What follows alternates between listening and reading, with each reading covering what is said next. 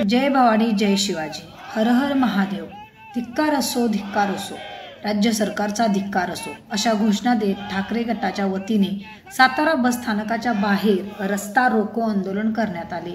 या आंदोलनामुळे सातारा बस स्थानक ते पोवई नाका या रस्त्यावर वाहतूक कोंडी झाली होती। हे आंदोलन ठाकरे गटाचे जिल्हा प्रमुख सचिन मोहिते यांच्या नेतृत्वाखाली करण्यात आले। या आंदोलनात शिवसेनेच्या ठाकरे गटाचे पदाधिकारी उपस्थित होते। यावेळी बोलताना जिल्हा प्रमुख सचिन मोहिते यांनी सांगितले की लाडकी बहीण मेळाव्यासाठी 400 बसेस हायर केल्या, त्यामुळे रक्षाबंधनाच्या कार्यक्रमासाठी लोकांना येता आले नाही। लाखो लोकांचे नुकसान झाले, त्याला जबाबदार कोण? त्या दिवसाचा महामंडळाचा एसटी महामंडळाचा खर्च कोण देणार? याचा जाब विचारण्यासाठी जिल्हाधिकाऱ्यांना निवेदन दिले होते। कोणतीही कार्यवाही झाली नाही, म्हणून रस्त्यावर उतरावे लागले आहे। माहिती अधिकाराखाली त्या दिवशीचा खर्च मागून घेऊन कोर्टात जाऊ असा इशारा दिला आहे।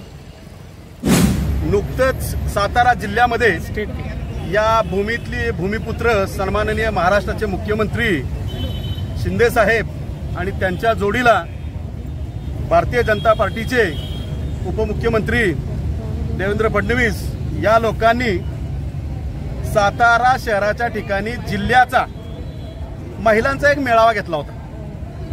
आता हा मेळावा का घेतला, कशासाठी घेतला हे जग जाहीर आहे, परंतु हा मेळावा घेताना या लोकांनी एसटी महामंडळाच्या 400 पेक्षा जास्त गाड्या ताब्यात घेतल्या होत्या प्रशासनानं।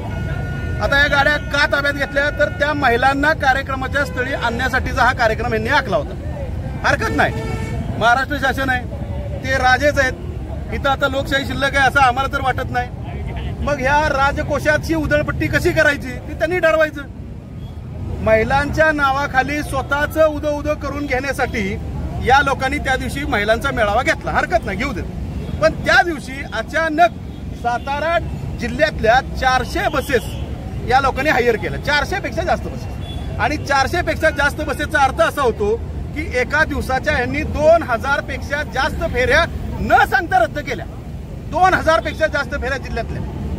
ज्या लाडली बहिणीसाठी यांनी हा कार्यक्रम घेतला, त्याच लाडली बहिणीचा दुसऱ्या दिवशी सकाळी कार्यक्रम होता रक्षाबंधनाचा, आणि ह्या रक्षाबंधनाच्या कार्यक्रमाला सुद्धा लोकांना या ठिकाणी येता आलेलं नाहीये।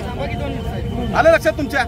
मग हे नुकसान कोणाचं झालं, तर 2000 गाड्यांमधून जे लाखो लोक या ठिकाणी येणार होते त्या लोकांचं झालेलं हे नुकसान आहे। मग याला जबाबदार कोण आहे, तर याला जबाबदार हे शासन आहे। त्या दिवशी शेतकऱ्यांना साताराला यायचं होतं, व्यापाऱ्यांना साताराला यायचं होतं, कर्मचाऱ्यांना साताराला यायचं होतं, पण ह्या लोकांनी येऊन दिलं का, तर अजिबात दिलेलं नाही। तर त्या दिवशीचा एसटी महामंडळाचा सगळा खर्च कोण देणार? या लाखो कोट्यवधी रुपयाचं जे शासनाचं नुकसान झालं याला जबाबदार कोण? या सगळ्याचा जाब विचारायसाठी आम्ही लोकांनी या जिल्हाधिकाऱ्यांना निवेदन दिलं होतं। त्यांनी त्याचा निकाल घेतलेला नाही, त्याचा निकाल दिलेला नाही। पोलीस प्रशासनाला आम्ही पत्र दिलं होतं, एसटी महामंडळाला याची कल्पना होती।